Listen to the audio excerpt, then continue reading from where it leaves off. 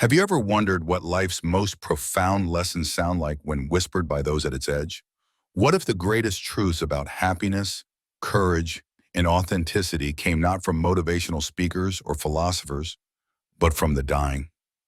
What regrets echo in the hearts of those who are moments away from their final breath? And most importantly, can we learn from their regrets, for it's too late to rewrite our own stories? Welcome to a journey of reflection, vulnerability, and transformation as we explore the top 5 regrets of the dying. Life is fleeting, and yet most of us live as though we have all the time in the world. But when we're faced with our final moments, clarity often surfaces, bringing with it a deep understanding of what truly mattered and what didn't.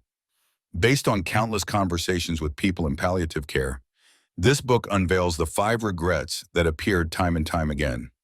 These regrets aren't just a list of things people wish they'd done.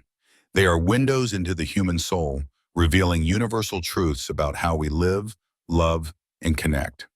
Let's take a closer look at each of these regrets and the powerful lessons they hold. Regret number 1. I wish I had the courage to live a life true to myself, not the life others expected of me. The most common regret of all is the realization that so many people spend their lives living according to others' expectations. Whether it's the career path chosen to please parents, the relationships maintained out of societal pressure, or the dreams shelved out of fear of judgment, the result is the same: a life that feels hollow and unfulfilled. This regret teaches us the importance of authenticity. It's a call to listen to the quiet desires of our hearts and to have the courage to follow them, even when doing so feels terrifying. Living authentically requires breaking free from the shoulds imposed by society and leaning into the wants that come from within. But this isn't easy. It demands self-awareness, bravery, and a willingness to disappoint others in the pursuit of one's truth. Yet the alternative, a life spent pretending, leads to a deeper, more painful disappointment: regret. Regret number 2. I wish I hadn't worked so hard. This regret is a sobering reminder of how much time people sacrifice on the altar of work, often at the expense of their relationships, passions, and well-being. Many people, particularly men, reflected on how their careers consumed them, leaving little room for family dinners, children's milestones, or simple joys like watching the sunset. This regret isn't about dismissing the value of hard work. It's about reassessing priorities. Work, while important, shouldn't overshadow the things that make life meaningful. This lesson urges us to find balance, to set boundaries, and to remember that time is the one resource we can't earn back. It's a reminder to be present in the moments that matter, rather than chasing an endless cycle of promotions, deadlines, and paychecks. Regret number 3. I wish I had the courage to express my feelings. Fear of confrontation, rejection, or vulnerability often silences people. Instead of speaking their truths, whether it's expressing love, setting boundaries, or admitting pain, many suppress their emotions, leading to resentment, bitterness, or estranged relationships. This regret shows us the importance of emotional honesty. It's a call to let go of the fear of judgment and embrace the courage it takes to say what's in our hearts. When we express our feelings, we create deeper, more authentic relationships.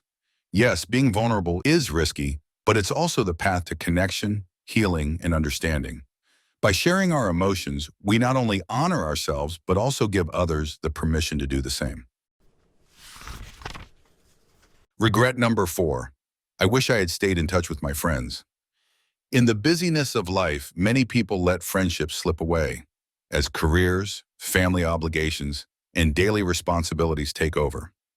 Friendships are often neglected until it's too late to rekindle them. On their deathbeds, many people expressed a deep sadness for having lost touch with old friends who had once brought them joy, laughter, and a sense of belonging. This regret teaches us the value of relationships. It's a reminder that friendships need nurturing to survive. A quick message, a phone call, or a coffee date can make all the difference. The people we care about add richness to our lives, and staying connected to them is one of the simplest ways to cultivate happiness and meaning. Regret number 5. I wish I had let myself be happier.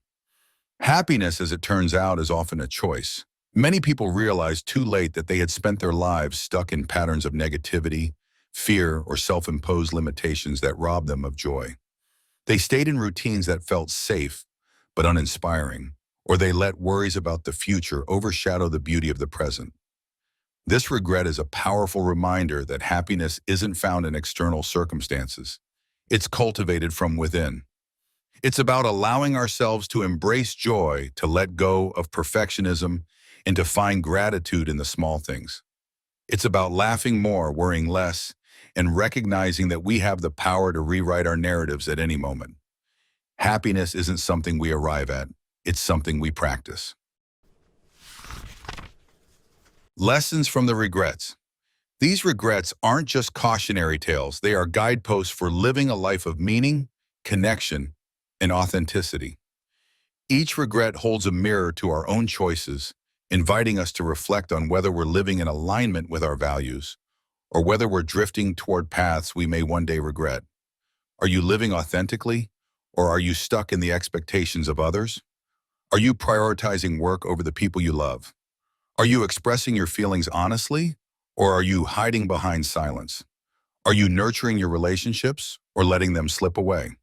And most importantly, are you allowing yourself to be happy? The beauty of these lessons is that they don't require dramatic changes. Small, intentional shifts in perspective and behavior can lead to a life that's richer, more fulfilling, and less burdened by regret.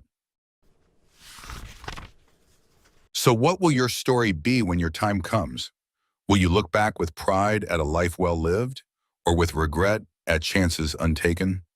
Can you find the courage to live authentically, to work less and love more, to speak your truth, to nurture your friendships, and to embrace happiness? The choice is yours, and it starts today. If these regrets have struck a chord, it's time to ask yourself, what changes will you make to ensure they don't become your own? After all, the clock is ticking, and the best time to rewrite your story is now. This has been BitBooks, where big ideas come in bite-sized pieces. If this reflection resonated with you, don't forget to like, subscribe, and share this video with someone who might need it. Let's start living with intention and leave regrets behind. What will you choose today?